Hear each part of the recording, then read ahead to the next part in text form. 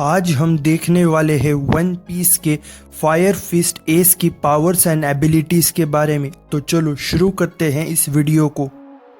As commander of second division of Whitebeard pirate, Ace के पास lower ranking subordinate पर authority थी और टॉप कमांडर में से एक होने के नाते एस व्हाइट बियर्ड के नीचे सबसे स्ट्रॉन्ग और हाईली रिगार्डेड पायरेट में से एक था।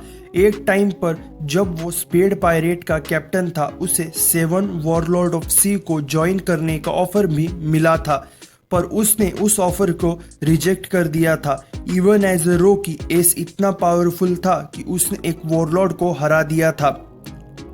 एस इतना स्ट्रॉन्ग था कि एम्परर शैंक्स और ब्लैक बियर्ड ने भी उसे एक्नॉलेज किया था, जहां शैंक्स ने कहा था कि एस ने अपनी रिस्पेक्ट एज व्हाइट बियर्ड के सेकेंड डिवीजन के कमांडर के रूप में कमाई है, और ब्लैक बियर्ड ने विश किया था कि एस उसके क्रू को ज्वाइन कर ले और एम्फेसाइज किया कि उसकी खुद की फॉर्मिडेबल क्रू एस से लड़ने के लिए काफ़ी स्ट्रॉन्ग नहीं थी। तो एस की स्ट्रेंथ के बारे में बहुत कुछ बताता है।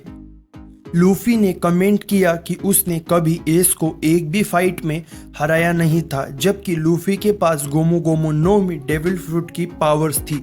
लूफी ने एस के नए पावर पर सरप्राइज एक्सप्रेस किया जब एस ने स्मोकर को उसे कैप्चर करने से नोहाना में रोका। एस को गार्प ने ट्रेन किया था, जो उसे एक अच्छा मरीन बनाना चाहता था। एस की एक फियरसम रेपुटेशन भी थी। जब वो 10 साल का था, एस ने ग्रे टर्मिनल में अपना नाम बना लिया था। ये रिवील हुआ कि एस को 7 वॉरलॉर्ड ऑफ सी ज्वाइन करने का इनविटेशन मिला था जब वो स्पेड पायरेट का कैप्टन था, लेकिन उसने ऑफर को रिफ्यूज कर दिया, जिससे उसकी बाउंटी 100 मिलियन बेरीज से ज़्यादा हो गई और न्यू वर्ल्ड में उस पर और भी ज़्यादा अटेंशन आने लगी। उसने डोमा को हरा दिया था, जो एक नोटोरियस न्यू वर्ल्ड का पायरेट था, और उसके पायरेट क्रू को अकेले ही डिफेट कर दिया था, जिससे उसे व्हाइट बियर्ड पायरेट के सेकेंड डिवीजन कमांडर के करंट पोस्ट के लिए रिकमेंड किया गया।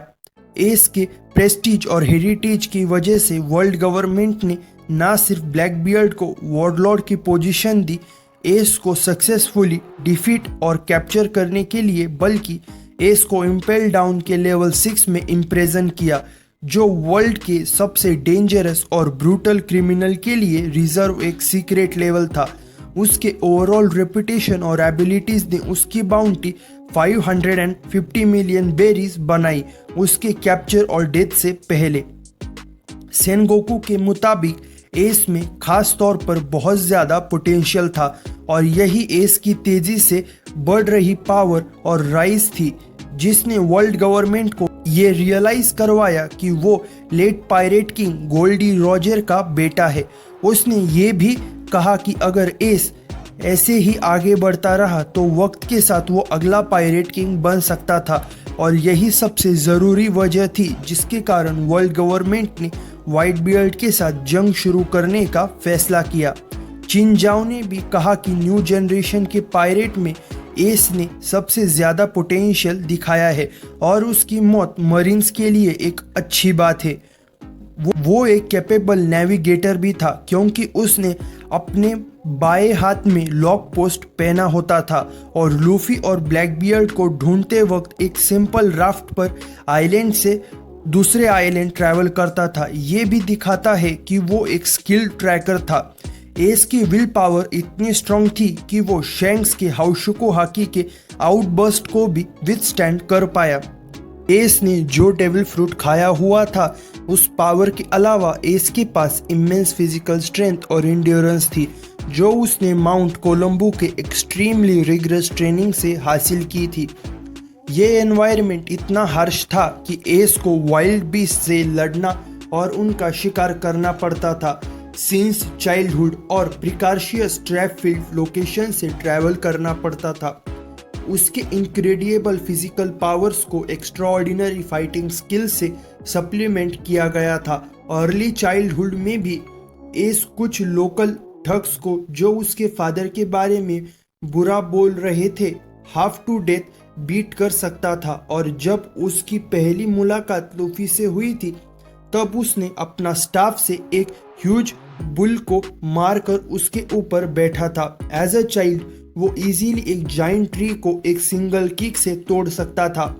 चाइल्डहुड में बिफोर ही एक्वायर्ड द मेरा मेरा नोमी, एस हर एक स्पेयरिंग मैच में लूफी को हरा सकता था डिस्पाइट लूफी के अनट्रेंड गोमू गोमू नोमी एबिलिटीज के चलते। एस ने अपनी स्ट्रेंथ को ब्लैक बियर्ड के साथ बैटल के दौरान डेमोन्स्ट्रेट किया। वो ब्लैक बियर्ड के पंचेस को झेल सकता था जो इतने पावरफुल थे कि पहले पंच ने एस को खून आने लगा था और दूसरे पंच से ही उसकी गर्दन लगभग टूट गई थी, पर एस ने तुरंत रिटेलिएट किया। वेन ऑगर ने नोट किया कि जैसे एक्सपेक्ट किया गया था व्हाइट बियर्ड पायरेट के सेकेंड डिवीजन कमांडर से एस के बेसिक कॉम्बैट स्किल्स काफ़ी फॉर्मिडेबल थे even without his devil fruit powers. उसने अपनी स्ट्रेंथ को यामाटो और जिम्बे के साथ पास्ट में इक्वली फाइट करके दिखाया। दोनों सिचुएशन में उसके एडवर्सरीज ने हाकी और जिम्बे के केस में फिशमैन कराटे यूज किया था एस के लोगिया पावर्स को नलीफाई करने के लिए। एस और जिम्बे ने पर्टिकुलरली एक दूसरे को नियरली मार डाला था एक फाइट में जो 5 दिन तक चली थी। एस ने फिर एक बैटल की थी विथ व्हाइट बियर्ड जो वो सरवाइव कर गया था, जो इमीडिएटली बाद में हुई थी, जो उसके इमेंस स्टैमिना और ड्यूरेबिलिटी को दिखाता है।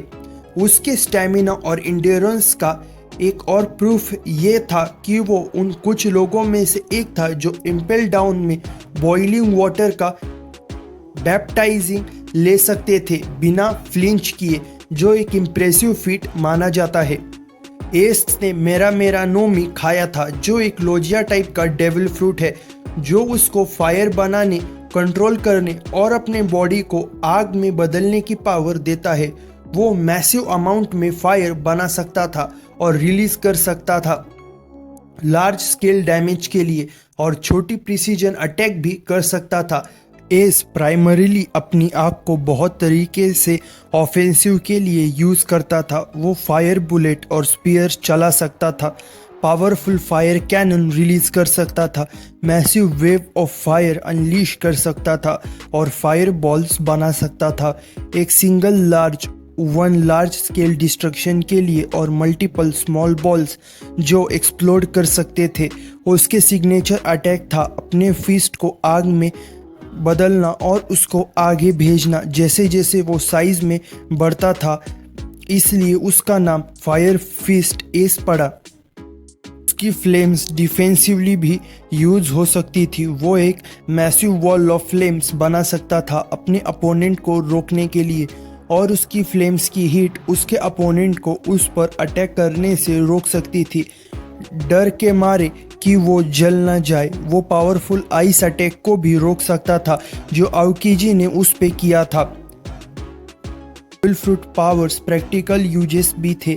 जब उसके क्रू के पास खाने के लिए कुछ नहीं होता था तो वो समुंदर में मिलने वाली मछलियों को गर्म कर देता था और वो एक 1 मैन बोट में समुंदर पार कर सकता था जो स्पेशली उसके लिए डिज़ाइन किया गया था, जो उसके पाँव से निकलने वाली फ्लेम से प्रोपेल होता था। एस वर्ल्ड के कुछ ही लोगों में से एक था जो तीनों तरह की हाकी यूज कर सकता था। इसके बावजूद वो रेयर ही अपने कॉम्बैट में इनका इस्तेमाल करता था। ज़्यादातर वो अपने डेविल फ्रूट एबिलिटीज़ पर डिपेंड रहता था, जबकि एस ने मांगा में कभी बुशिशुकु हाकी या केनबुनशुकु हाकी का इस्तेमाल नहीं किया। नॉवेल में ये कहा गया है कि एस की हाकी को शैंक्स और बेन बैकमैन ने फियरी नेचर का बताया था, इतना कि एस की मौजूदगी से एक आइलैंड पे ब्लिजर्ड्स रुक गए था जब तक वो वहाँ था। जब वो ड्रम आइलैंड पे आया तो एक पूरा दिन आइलैंड पर बिल्कुल भी स्नो नहीं गिरी। हाउशुकु हाकी। एस के पास हाउशुकु हाकी थी जो शुरू में उसके कंट्रोल में नहीं थी। उसने पहली बार ये एबिलिटी 10 साल की उम्र में दिखाई थी जब उसने बेल्जियम पायरेट को एक रेज आउटबर्स्ट के बाद अनकॉन्शियस कर दिया था। बाद में उसने इस पावर का नॉलेज हो गया था क्योंकि उसने पहचान लिया था जब लूफी ने सबमिट वॉर ऑफ मरीनफोर्ड में उसका यूज किया था। वो कभी भी बचपन के अलावा यह हाकी यूज करता हुआ नहीं दिखाया गया। बुशिशुकु हाकी वन पीस नॉवेल में कहा गया है कि एस बुशिशुकु हाकी यूज कर सकता था, हालांकि ये मांगा में नहीं दिखाया गया। बुशिशुकु हाकी जगने के बाद वो वाइस एडमिरल ड्रॉ के साथ बराबर की लड़ाई कर सकता था बुशिशुकु हाकी के इस्तेमाल करते हुए, लेकिन ये पता नहीं है कि वो तब से इसमें कितना प्रोफिशिएंट हो गया था। मांगा एडेप्टेशन के अनुसार उसके कैरेक्टर इसमें इतना माहिर हो गया था कि वो इससे ज़्यादा निर्भर था और दूसरे फॉर्म्स ऑफ हाकी की ट्रेनिंग में निग्लेक्ट करता था, और दूसरे फॉर्म ऑफ हाकी की ट्रेनिंग उसने कभी की ही नहीं। केनबुनशुकु हाकी, जबकि एस ने मांगा या नॉवेल में कभी केनबुनशुकु हाकी का इस्तेमाल नहीं किया और ना ही डेटा बुक्स में कंफर्म किया गया है। मांगा एडेप्टेशन ऑफ द नॉवेल में दिखाया गया है कि उसने थैच से इसकी ट्रेनिंग ली थी और वाइट बियर्ड के साथ अपनी ड्यूअल में अपने डेविल फ्रूट पावर्स के साथ इसका इस्तेमाल किया था। एस एक नाइफ साथ लेके घूमता था, लेकिन कभी भी उसको इस्तेमाल करते हुए नहीं देखा गया। लेकिन वाइट बियर्ड को असैसिनेट करने की कोशिश के फ्लैशबैक में एस को अलग अलग हथियारों का इस्तेमाल करते हुए दिखाया गया, जिसमें एक्स और नाइफ शामिल थे। बचपन में उसने एक लंबा बो स्टाफ बनाया था जो पाइप से बना हुआ था, वो उसका हथियार था।